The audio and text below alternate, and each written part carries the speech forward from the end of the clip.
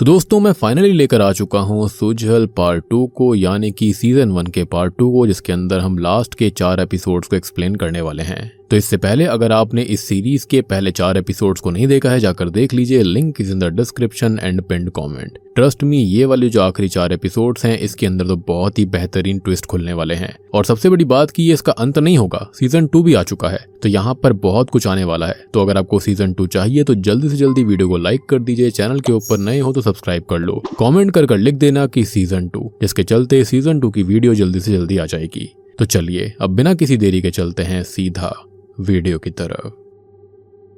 अब 5वें एपिसोड की शुरुआत होती है सकराई को दिखाते हुए। सकराई को जैसे ही ये पता चलता है तो वो पानी के अंदर खुद जाकर इन दोनों को देखता है और वो पूरी तरह से टूट जाता है। अब तक रेजिना भी वहां पर आ चुकी थी, जो कि खुद भी आदि शाम और नीला को ऐसे देखकर काफी रोती है। और अभी रेजिना और बाकी सबको ऐसा लग रहा था कि इन दोनों ने खुद को ही खत्म करा है, लेकिन आखिर क्यों? इसका जवाब किसी के पास नहीं था कि आखिरकार ये तो भाग गए थे, प्यार करते थे, तो ऐसा क्यों करा गया। इसके बाद अगली सुबह शनमुगम को इस बारे में पता चलने पर वो भी हॉस्पिटल में आकर रोने लगता है, जिसके बाद में दोनों को ही पोस्टमार्टम के लिए भेज दिया जाता है। उस समय नंदिनी और सकराई नीला और आदि शाम के बैग की चेकिंग कर रहे थे, जिसमें उनको एक प्रेगनेंसी किट भी मिलती है जो कि पॉजिटिव थी, जिसको देखकर उन दोनों को लगता है कि नीला असल में प्रेग्नेंट थी, जिस बात से ही आदि शाम और नीला ने डर कर खुद को खत्म कर लिया होगा। इस बारे में जब वो शनमुगम और रेजिना को बताते हैं तो वो दोनों ही एक दूसरे के बच्चे यानी कि नीला और आदि शाम को उल्टा सीधा बोलने लगे थे। पर तभी पोस्टमार्टम रूम से एक पैरामेडिक आकर ये कहता है कि आप लोग इस तरह से लड़ रहे हो, मगर अंदर आदि शाम और नीला एक दूसरे से ऐसे चिपके हुए थे जैसे कि 2 जिस्म एक जान हो, और इसी वजह से उन दोनों को अलग करने में ही काफी समय लग गया। ये सुनकर शनमुगम और रेजिना भी शांत हो जाते हैं। तभी पैरामेडिक यहाँ पर सकराई को अंदर डॉक्टर के पास जाने के लिए कहता है।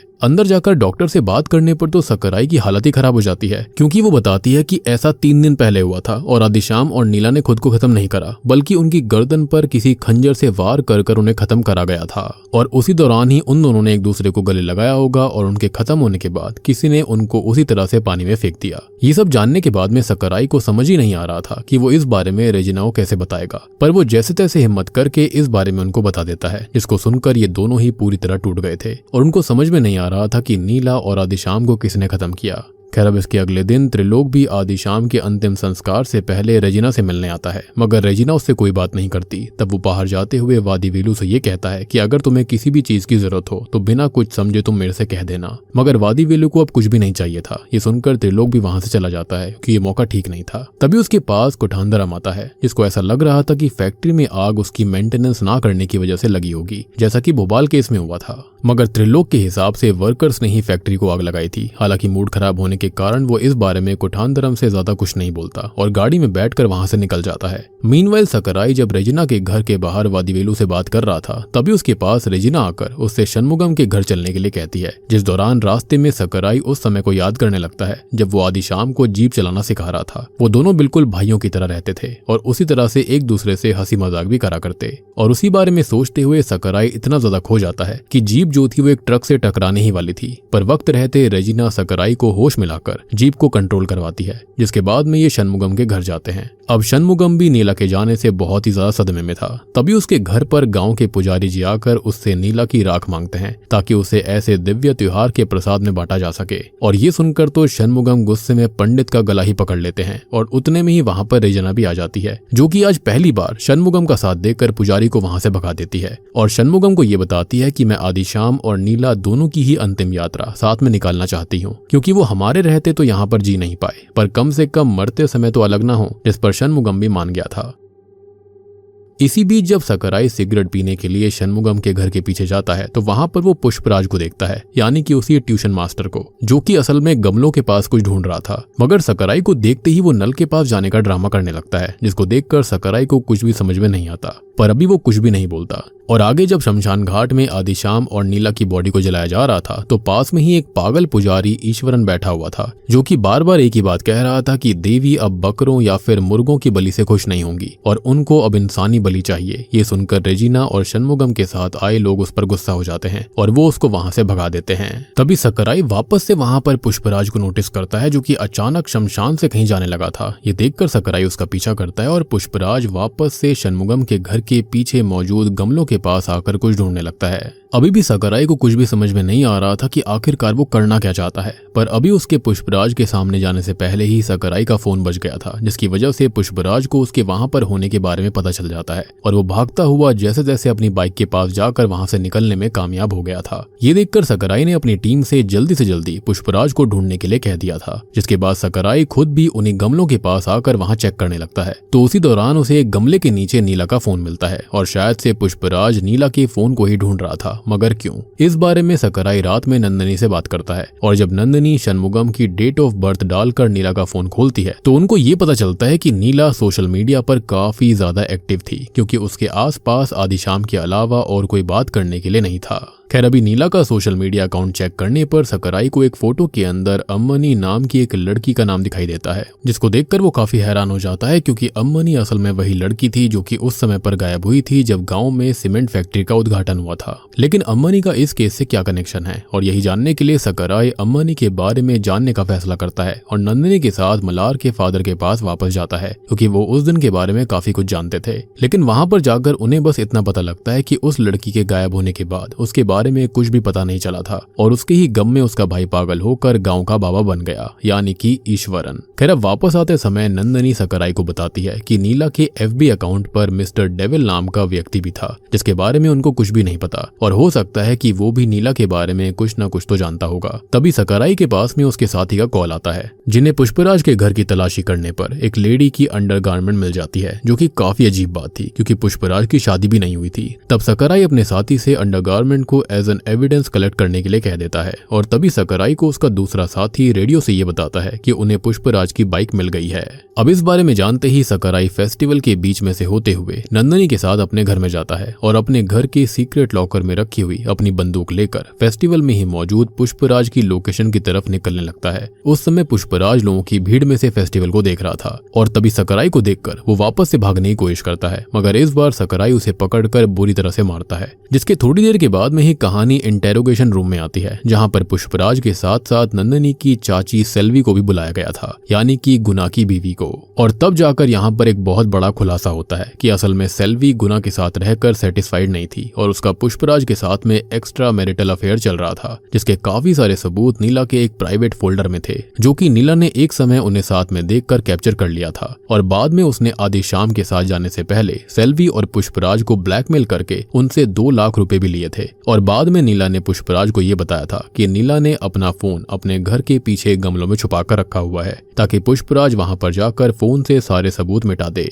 और आपको याद होगा कि पुष्पराज यहाँ पर गमलों में कुछ ढूंढ रहा था, तो वो यही चीज ढूंढ रहा था। अब इस बात को सुनकर सकुराई को ये समझ में नहीं आता कि आदिशाम और नीला को आखिरकार 2 लाख रुपए की अचानक ऐसी क्या जरूरत पड़ गई थी कि वो अपनी ट्रेन को छोड़कर पहले पैसे लेने गए थे। तब शुरुआत में तो सकुराई को ऐसा लगता है कि जैसे पैसे के गुस्से में आकर ही पुष्पराज और सेल्वी ने उन दोनों को खत्म कर दिया होगा, मगर सच में उन दोनों ने ऐसा कुछ भी नहीं करा था। पर अगर उन्होंने ऐसा नहीं करा तो ऐसा किसने करा था, और वो 2 लाख रुपए भी कहाँ गए? सकुराई का तो ये सोच कर दिमाग चकरा रहा था। और बस इसी के साथ में 5वां एपिसोड यहीं पर खत्म हो जाता है। अब छठे एपिसोड की शुरुआत में त्रिलोक अपने घर में काफी ज्यादा परेशान होकर दारू पी रहा होता है, क्योंकि धीरे धीरे उनकी फैक्ट्री के ऊपर कर्जा चढ़ता जा रहा था और अगर इंश्योरेंस वाले उनको पैसे नहीं देते तो वो खुद भी जल्दी ही दिवालिया हो जाते। खैर, अभी मुकेश उसके पास आकर उस पर चिल्लाना शुरू कर देता है, क्योंकि अभी भी त्रिलोक सही से फैक्ट्री मैटर को संभालने की कोशिश नहीं कर रहा था। जिसके साथ ही अभी मुकेश इस बात को भी हाईलाइट करता है कि त्रिलोक ने अब तक शादी भी नहीं करी है। इस बात से त्रिलोक खुद भी भड़क जाता है। तभी वहां पर वादी वेलू आकर बताता है कि उन लोगों की फैक्ट्री के बैंक लोन की EMIs भी बाउंस हो रही हैं, जिसकी वजह से बैंक वाले आगे बड़ा पंगा क्रिएट कर सकते हैं। जिस पर मुकेश जो है वो बैंक मैनेजर से बात कर 2 महीने का समय लेने का फैसला करता है और वादी वेलू से रजीना के बारे में पूछता है, लेकिन रजीना के हाल काफी बेकार थे। उसे बार बार आदिशाम की याद आती रहती थी और यही सेम हाल शनमुगम का भी था। तब शनमुगम की हालत को देखकर उसकी बीवी उसके साथ ही रहने का फैसला कर लेती है और अब वो आश्रम वापस नहीं जाएगी। ये सुनकर शनमुगम और नंदिनी काफी खुश थे। वहीं जब सकुराई त्रिलोक की फैक्ट्री में कुठानधरम से मिलने के लिए जा रहा होता है तो वहां पर कुठानधरम सबसे पहले तो फैक्ट्री को ध्यान से देखता है और उसको पता चलता है कि फैक्ट्री की मशीन्स के पास में गैसोलीन रखा हुआ था और कुठानधरम को वही आग लगने का कारण लगता है। जिस पर वहां पर मौजूद गुना उसको ये बताता है कि ऐसा कुछ भी नहीं है, क्योंकि वो गैसोलीन हमेशा से वहीं पर रखा हुआ था, पर आज तक ऐसा नहीं हुआ। इसी वजह से उसकी कुठांदरम से इस बात को लेकर बहसबाजी भी हो जाती है। तभी कुठांदरम पास में एक गेट को देखता है जो कि दूसरी तरफ से बंद था। अब उस गेट के बारे में पूछने पर गार्ड हैरान होकर ये बताता है कि वैसे तो वो गेट हमेशा से अंदर से बंद रहता था, पर अभी वो बाहर से बंद है। इस बारे में सुनते ही गुना को खांसी आने लगती है। खैर अब बस इसी के चलते वो बाहर चला जाता है और उसको देखकर जब सकराई उसके पीछे जाता है तो वो गुना को एस्थमा इनहेलर का इस्तेमाल करते देखता है। और अभी गुना सकराई से बात करते हुए उसको बताता है कि गुना को सेल्वी और पुष्पराज के रिश्ते के बारे में पहले से पता था, मगर वो कभी सेल्वी को रोकता नहीं था क्योंकि उसके और सेल्वी के बीच कभी हस्बैंड वाइफ जैसा रिश्ता रहा ही नहीं, और वो नहीं चाहता था कि सकराई कभी उन दोनों के बारे में किसी और को भी बताए, जिस पर सकराई भी मान जाता है कि इस राज को राज ही रखा जाएगा। पर अभी यहाँ पर सकराई को एक चीज समझ में नहीं आ रही थी कि वो गेट बाहर से बंद होने वाली बात को सुनकर अचानक से गुना टेंशन में क्यों आ गया था। लेकिन सकराई इस बारे में गुना से पूछ पाता उससे पहले ही सकराई को उसका साथी कॉल करके ये बताता है कि अचानक से रेजिना मैम क्राइम स्पॉट पर आ रही हैं, यानी कि जहाँ पर आदिशाम और नीला मिले थे।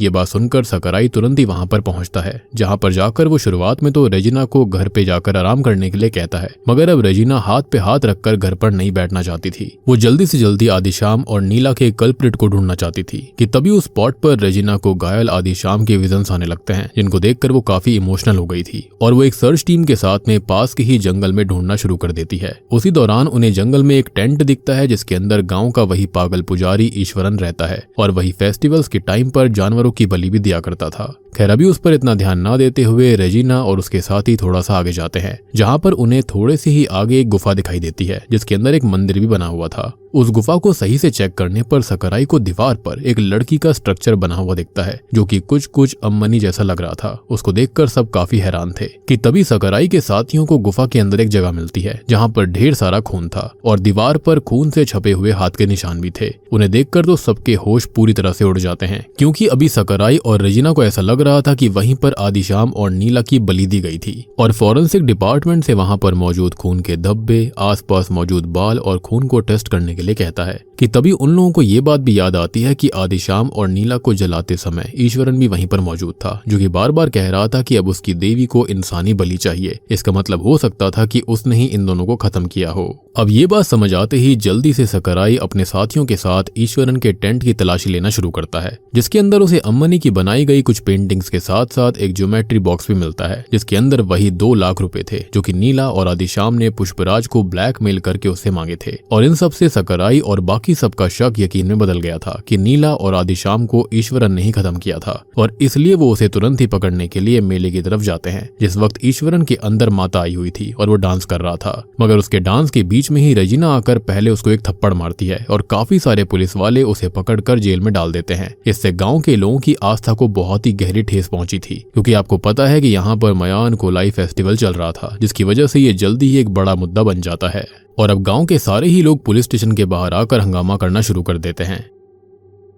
इसी दौरान सकराई और उसके कुछ साथी अंदर ईश्वरन को अपने काबू में करने की कोशिश कर रहे थे, जो कि इतना ज्यादा ताकतवर था कि वो सकराई तक को एक हाथ से गला पकड़कर उठा देता है और उसका एक हाथ लगने से सब दूर जाकर गिर पड़ते हैं। इससे सकराई का फोन भी टूट गया था, इसलिए गुस्से में सकराई हाई प्रेशर वाली पाइप से ईश्वरन के ऊपर काफी सारा पानी डालता है, जिससे कि ईश्वरन जमीन पर लेटकर बार बार यही बोलने लग गया था कि मैंने कुछ भी नहीं करा है। खैर अभी इसके थोड़ी देर के बाद में डीएसपी खुद भी ईश्वरन के बारे में सुनकर पुलिस स्टेशन आ गया था। वो रेजिना और सकराई से केस के बारे में बात कर रहा होता है कि तभी फॉरेंसिक डिपार्टमेंट वाला जो बंदा होता है वो वहां पर गुफा में मिले हुए सैंपल्स और हेयर की रिपोर्ट्स लेकर आता है, जिससे कि साफ साबित हो रहा था कि वहां पर मौजूद खून के निशान और बाल के जो सैंपल्स मिले थे वो बकरों के हैं, क्योंकि वहां पर बकरों की ही बलि दी जाती थी। ये सुनकर डीएसपी रेजिना और सकराई को बहुत ज्यादा डांटता है, क्योंकि उनके कारण इतना बड़ा हंगामा खड़ा हो गया, जबकि ईश्वरन ने शायद से आदिशाम और नीला को खत्म नहीं किया था। और क्योंकि अपने बेटे की वजह से रेजिना सारे डिसीजंस अपने दिल से ले रही थी, इसलिए डीएसपी रेजिना को इस केस से हटाकर सकराई को ही इस केस का इंचार्ज बना देता है और उससे स्पेशली कहता है कि केस के आगे की जानकारी या फिर कोई भी डिटेल रेजिना तक नहीं पहुंचनी चाहिए। खैर अभी डीएसपी के वहां से जाने के बाद में सकराई को समझ में नहीं आ रहा होता कि वो ईश्वरन से ये पता कैसे करे कि ईश्वरन के पास वो 2 लाख रुपए कहां से आए, और इसके लिए पहले उसे ईश्वरन के बारे में कुछ पता करने की जरूरत थी।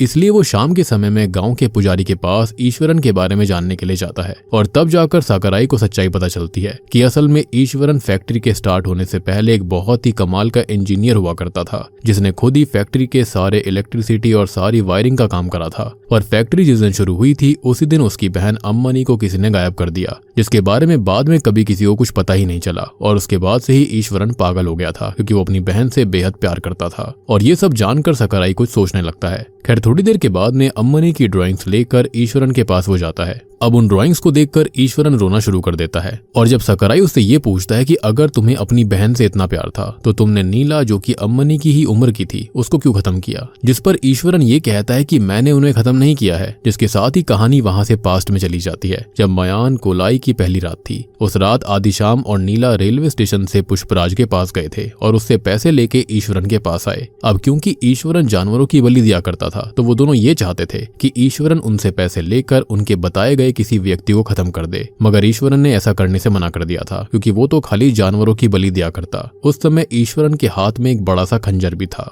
जिससे कि वो आदिशाम और नीला को डराते हुए उनसे पैसे छीनकर भाग गया। पर अपना खंजर वो वहीं पर छोड़ गया था। तब नीला ने खंजर उठाकर फैसला करा कि जिस इंसान को वो ईश्वरन से खत्म करवाना चाहते थे, अब वो उसको खुद ही खत्म करेंगे। यानी कि यहाँ पर पैसों वाला राज तो खुल गया था कि आखिरकार इन्होंने ब्लैकमेल करके पुष्पराज से पैसे क्यों लिए थे। एनीवेज प्रेजेंट टाइम में सकराई ये सुनकर हैरान रह जाता है कि आखिर वो इंसान कौन था और नीला और आदिशाम जैसे दो बच्चे किसी को खत्म करवाना क्यों चाहते थे। खैर अब इसके बाद में जब सकराई रात में अपनी ड्यूटी खत्म करके सुबह अपने घर जाता है, तो उसका साथी सुंदरम उसे ये बताता है कि डॉक्टर को नीला और आदिशाम की बॉडी रिपोर्ट से एक चीज और पता लगी है, और इसलिए सकराई वहां जाने का फैसला करता है। लेकिन वहां जाने से पहले वो अपने घर आ गया था, जहां उसकी माँ का ध्यान रखने वाली मेड उससे ये कहती है कि मैं रोज रोज ऐसे रात में नहीं रुक सकती, तो मैं अब से दोपहर में ही आया करूंगी। असल में सकराई की माँ जो थी ना, उसको पैरालिसिस हो रखा था, और इसलिए उनका ध्यान रखने के लिए सकराई अपनी सिम को अपने पुराने फोन में डालकर लक्ष्मी को कॉल करता है, क्योंकि उसका फोन टूट गया था। जो कि ये सब जानकर सकराई की माँ का ध्यान रखने के लिए मान जाती है, क्योंकि वो नर्स थी।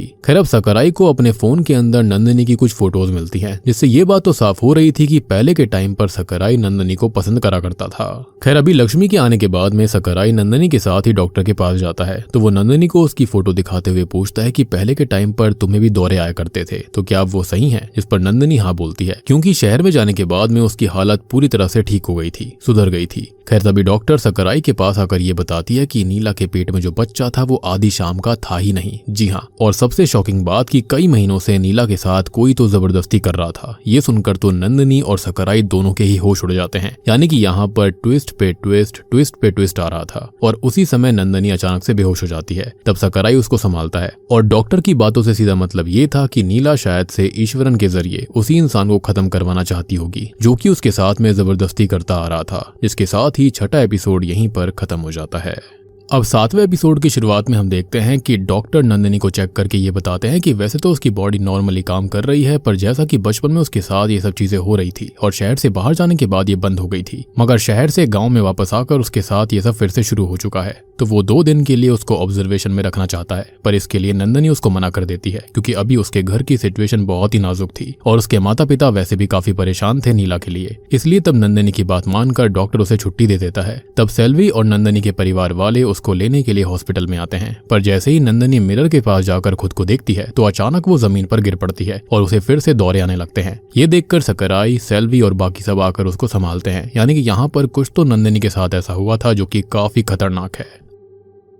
अब इसके थोड़ी देर के बाद में सकराई नंदिनी के रूम के बाहर से ही उसको देख रहा होता है। तब लक्ष्मी, जो कि उसी हॉस्पिटल में नर्स थी, वो भी उसे ऐसा करते हुए देख लेती है और कहीं ना कहीं उसको समझ में आ जाता है कि सकराई आज भी नंदिनी को पसंद करता है। इसलिए वो सकराई को बस इतना कहती है कि मैं तुम्हें बहुत पसंद करती हूँ और सच में तुम्हारे साथ ही रहना चाहती हूँ। जिस पर सकराई भी लक्ष्मी का इशारा समझकर उसे देखते हुए चुपचाप वहां से चला जाता है। दूसरी ओर कुठांदरम गाँव में बहुत ज्यादा क्वांटिटी में थिनर ढूंढने में लगा हुआ था, क्योंकि फैक्ट्री में उसने काफी सारी थिनर्स की बॉटल्स देखी थी, पर गाँव की सारी दुकान में देखने के बावजूद भी उसे इतनी ज्यादा मात्रा में थिनर नहीं मिलता जिससे पूरी फैक्ट्री को जलाया जा सके। यानी कि इतना समझ में आता है कि किसी ने थिनर की मदद से फैक्ट्री को जलाया था। तभी किस्मत से उसे आसपास में ही मौजूद एक और दुकान के बारे में पता लगता है, जहां पर शायद से ज्यादा मात्रा में थिनर मिल सकता था। खैर अभी कुठांदरम के वहां जाने से पहले हम देखते हैं कि उसी दुकान का मालिक अपने एक वर्कर को कम पगार देता है, जिसके कारण उसकी दुकानदार से बहस हो जाती है और इसलिए दुकानदार गुस्से में उसे दुकान से ही निकाल देता है। तभी कुठांदरम भी वहां पर आकर दुकानदार से ज्यादा क्वांटिटी में थिनर देने के लिए कहता है, जिस पर दुकानदार ने मना कर दिया था। लेकिन पास में खड़ा हुआ वही वर्कर कोठांदरम को इशारा करके अपने पास बुलाता है, जिसका मतलब उसके पास कोई ना कोई तो जुगाड़ था जिससे कि ज्यादा मात्रा में थिनर एक बार में खरीदा जा सकता था। दूसरी ओर हॉस्पिटल में षणमुगम से मिलने वादीवेलु और रेजिना आ गए थे, जिन्हें नंदनी के लिए काफी बुरा लग रहा होता है कि तभी वहां पर एक साइकियाट्रिस्ट आती है जो कि काफी समय से नंदनी का इलाज शहर में कर रही थी, क्योंकि नंदनी को कुछ यादें तो काफी परेशान करती थी जिनको नंदनी आज तक किसी से भी शेयर नहीं कर पाई। मगर उसे गाँव से बाहर निकलकर शहर में जाकर उन यादों को भुलाने में काफी समय लगा और इस बात को सुनकर षणमुगम भड़क जाता है, क्योंकि वो नहीं चाहता था कि साइकियाट्रिस्ट के नंदनी के केस में इन्वॉल्व होने से लोग उसको पागल समझने लगे, यानी कि नंदनी को। इसलिए वो गुस्से में थोड़ा सा आगे चला जाता है, जिसको देखकर रेजिना जाकर उसको संभालने की कोशिश करती है। तब षणमुगम उसको ये बात भी बता देता है कि नीला के साथ कोई ना कोई तो काफी समय से गलत हरकत कर रहा था, जिसके बारे में षणमुगम को कभी भी एहसास नहीं हुआ। लेकिन जब कभी भी उसे उस आदमी के बारे में पता लग जाएगा तो वो उसे कानून के हिसाब से नहीं बल्कि अपने हिसाब से सजा देगा। और इस पर रेजिना भी मान गई थी, क्योंकि बच्ची के साथ ऐसी हरकतें सोचकर उसे खुद को भी ऐसे इंसान से घिन आ रही थी। वहीं दूसरी ओर नदी के पास वाली पहाड़ी पर ढूंढने पर सकाराई की टीम को वो चीज मिल जाती है जिससे कि नीला को और आदिशाम को खत्म करा गया था, जिस पर कुछ फिंगरप्रिंट्स भी मौजूद थे, जिसके बारे में जानते ही सकाराई तुरंत ही फॉरेंसिक डिपार्टमेंट के बंदे से उस फिंगरप्रिंट्स को आइडेंटिफाई करने के लिए कहता है। तभी सकाराई के पास साइबर सिक्योरिटी वाला उसका साथी आकर ये बताता है कि नीला को जो डॉक्टर डेविल नाम का बंदा फॉलो कर रहा था, उसने अपने अकाउंट को बहुत ही ज्यादा सिक्योर करके रखा हुआ है, मगर वो नीला की खो-खो टीम में मौजूद और भी बाकी लड़कियों को फॉलो करता है। और इसका मतलब ये हो सकता था कि ये सब कोई और नहीं बल्कि वही डॉक्टर डेविल ही कर रहा था, मगर आखिरकार वो है कौन? और सकाराई अब इसी के बारे में पता करने में लग गया था। इसलिए इस बारे में बात करने के लिए खो-खो प्रैक्टिस वाले दिन मलार के पास वो जाता है, जिस दौरान उसे मलार से बात करके पता लगता है कि उनके प्ले ग्राउंड पे तो असल में किसी और लड़के का आना अलाउड ही नहीं है अनटिल कोई मेन मैच ना हो। ये सुनकर सकाराई हैरान हो जाता है। खैर तभी अचानक से उसकी नजर त्रिलोक पर पड़ती है, जो कि खुद वहां पर आकर सभी लड़कियों से हंस-हंस कर बात कर रहा था और उनको ग्लूकोज भी दे रहा था, गले से लगा रहा था। ये देखकर सकाराई को काफी अजीब लगता है और उसका सारा शक अब त्रिलोक पर चला गया था। और इस बात पर मलार बताती है कि त्रिलोक जी तो असल में उनके खो-खो क्लब के ओनर हैं, जिस पर वहां पर मौजूद सभी लड़कियों को क्रश भी है। मगर त्रिलोक नीला के वहां पर होने पर जब उससे बात करने की कोशिश करता था तो नीला उसे कुछ ज्यादा भाव नहीं दिया करती थी,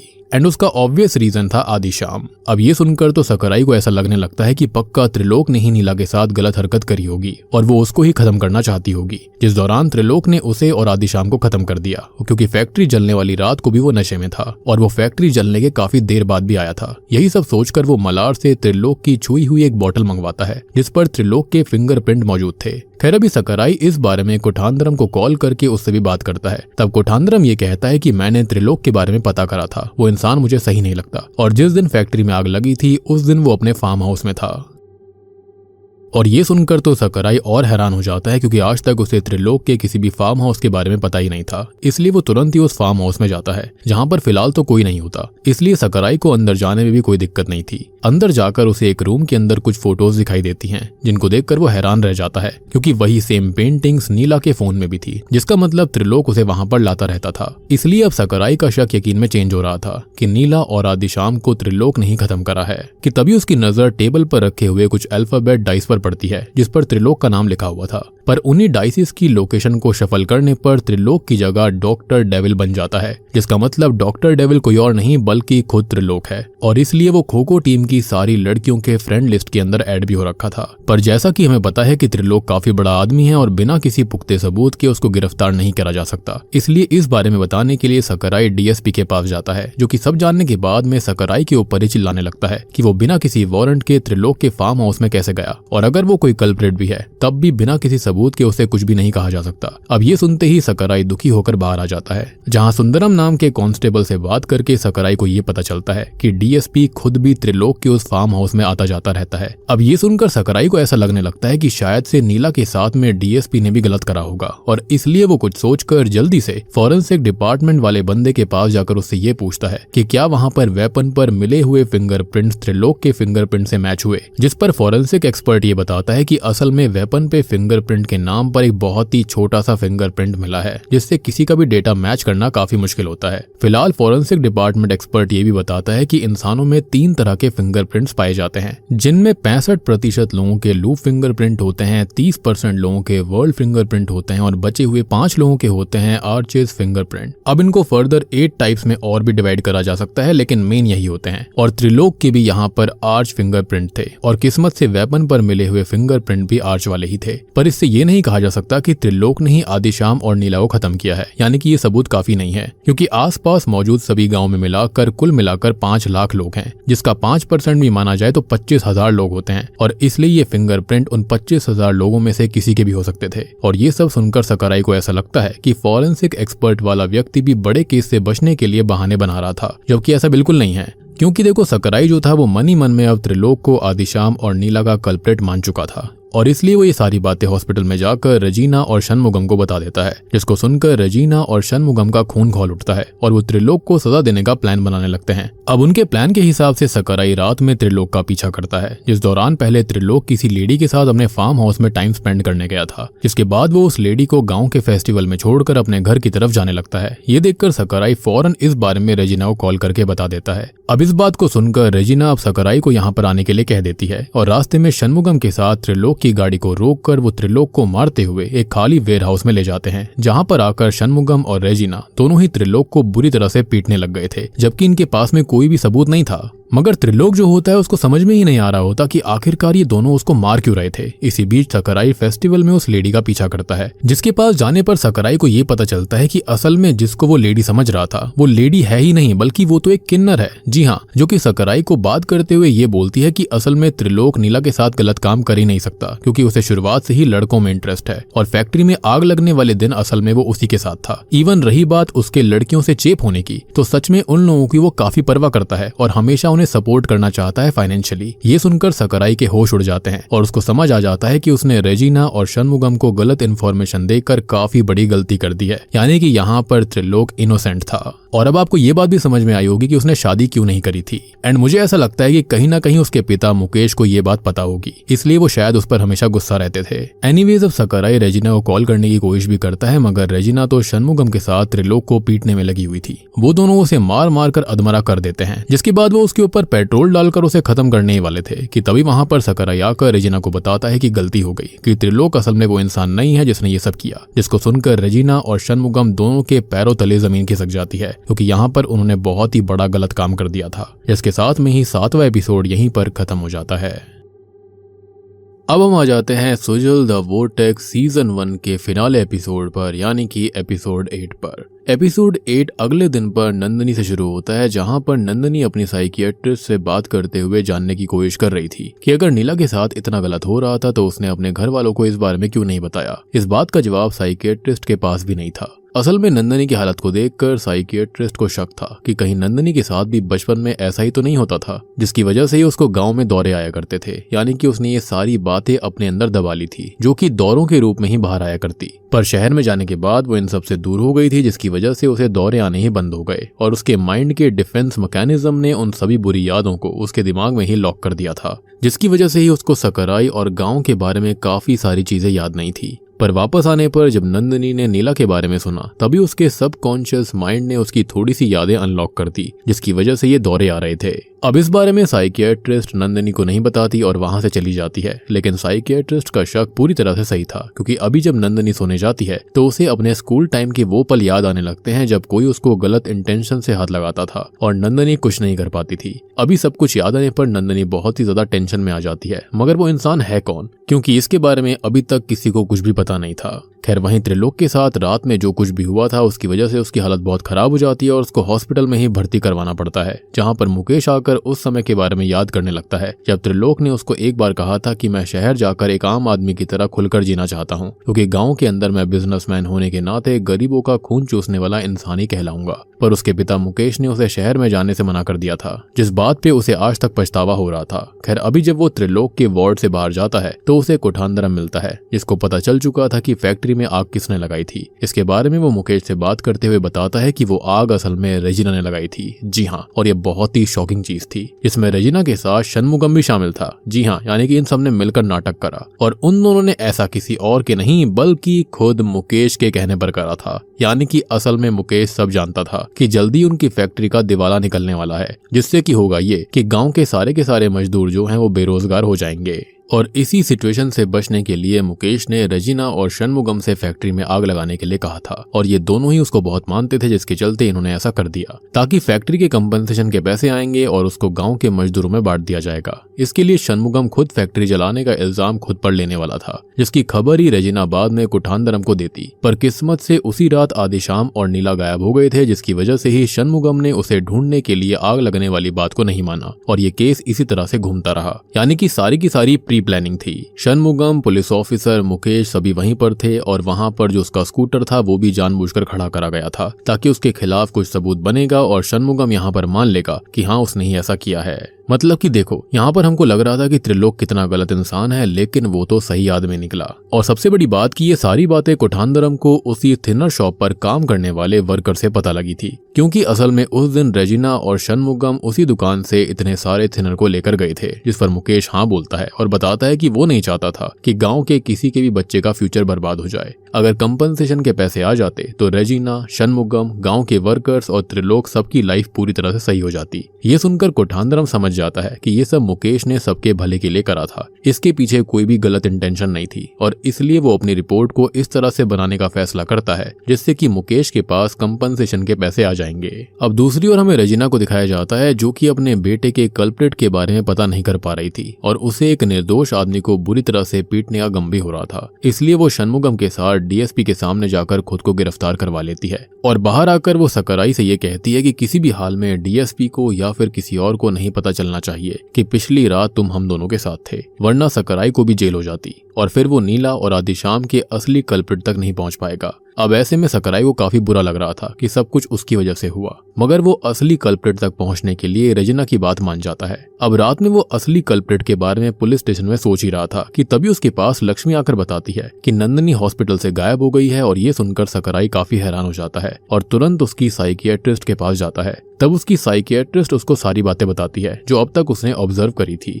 जिनको सुनकर तो लक्ष्मी और सकराई दोनों ही अंदर तक हिल गए थे और अभी सकराई को लग रहा था कि पक्का वही इंसान जिसने कि नीला और नंदिनी के साथ इतना बुरा करा था वही नंदिनी को उठाकर लेकर गया होगा। अब सकराई लक्ष्मी से इस बारे में बात कर ही रहा था कि तभी उसे उसकी मेड का कॉल आता है जो कि उसे कहती है कि मैं आज रात भी घर पर नहीं रुक पाऊंगी। अब जैसा कि आज मयान कोलाई का आखिरी दिन भी था, इसलिए सकराई के पास और भी काम थे, जिसको सुनकर लक्ष्मी उसकी माँ का ध्यान रखने का फैसला कर लेती है। और जब सकराई उसे छोड़ने अपने घर जाता है तो उसको मेड बताती है कि लक्ष्मी से पहले वहां पर एक और लड़की आई थी जो कि षणमुगम की बड़ी बेटी थी, यानी कि नंदिनी, और उसको देखकर लग रहा था कि वो रात में सकराई की माँ का ध्यान रखने वाली है। पर थोड़ी देर के बाद ही वो वहां से निकल गई और ये सुनकर सकराई काफी हैरान हो जाता है और उसको समझ में आ जाता है कि नंदिनी को किसी और ने नहीं उठाया है बल्कि वो खुद ही हॉस्पिटल से भाग गई थी। मगर वो सकराई के घर में क्या करने आई थी, और यही सवाल सकराई के मन में भी चल रहा होता है। पर तभी वो जल्दी से अपने गन वाले लॉकर को चेक करता है जिसमें से उसकी सर्विस रिवॉल्वर गायब थी और उसको देखकर वो समझ जाता है कि पक्का नंदिनी को उस आदमी के बारे में याद आ गया था जिसको ही खत्म करने के लिए वो हॉस्पिटल से भागी थी और सकराई के घर वो उसकी रिवॉल्वर लेने आई थी, जिसका उसको पता तब चला होगा जब सकराई को पुष्पराज की लोकेशन पता चली थी और वो नंदिनी के साथ अपने घर में अपनी बंदूक लेने आया था।